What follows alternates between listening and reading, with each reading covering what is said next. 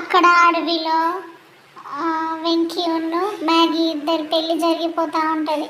ఇక్కడ ఇంటి దగ్గర మాత్రం అఖిలాండేశ్వరి మన వెంకీ వాళ్ళ ఇంట్లో కూర్చొని ఎప్పటికప్పుడు అప్డేట్స్ అన్నీ వెంకీ వాళ్ళ అమ్మకి ఇస్తూ ఉంటుంది. ఇక తర్వాత అది చూసిన కృష్ణవేణి పద్మ ఇద్దరు కలిసి నడువే నడువు అని చెప్పేసి వెళ్తా అంటే వెంకీ వాళ్ళ అమ్మను కృష్ణవేణి ఆగు అంటే ఇంకెందుకు ఉండాలి వదినే, పెళ్ళి అయిపోయింది ఇంకేంది నడువు అని వెళ్తా ఉంటే రాపద్దు అని అంటే అమ్మ ఒక్కసారి నా మాట వినమ్మా అంటే నువ్వేం మాట్లాడక నడువు పద్దు అని చెప్పి పద్దుని లాక్కొని వెళ్తూ ఉంటుంది.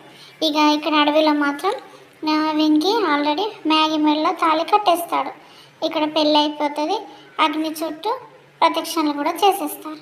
అక్కడ మాత్రం అఖిలాండేశ్వరి ఫుల్ హ్యాపీ, ఎప్పటికప్పుడు అప్డేట్స్ అన్నీ భద్రం ఇస్తూ ఉంటాడు. అందరు పెద్ద మనుషులు చూస్తారు, వీళ్ళ పెళ్లి జరిగినట్టు అందరు తెలిసిపోతారు.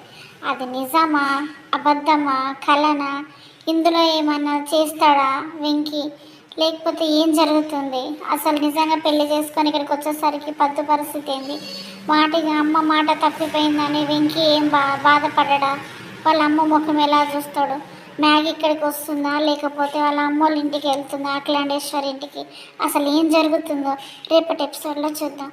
ప్లీజ్ సబ్స్క్రైబ్ మై ఛానల్ అండి. బాయ్.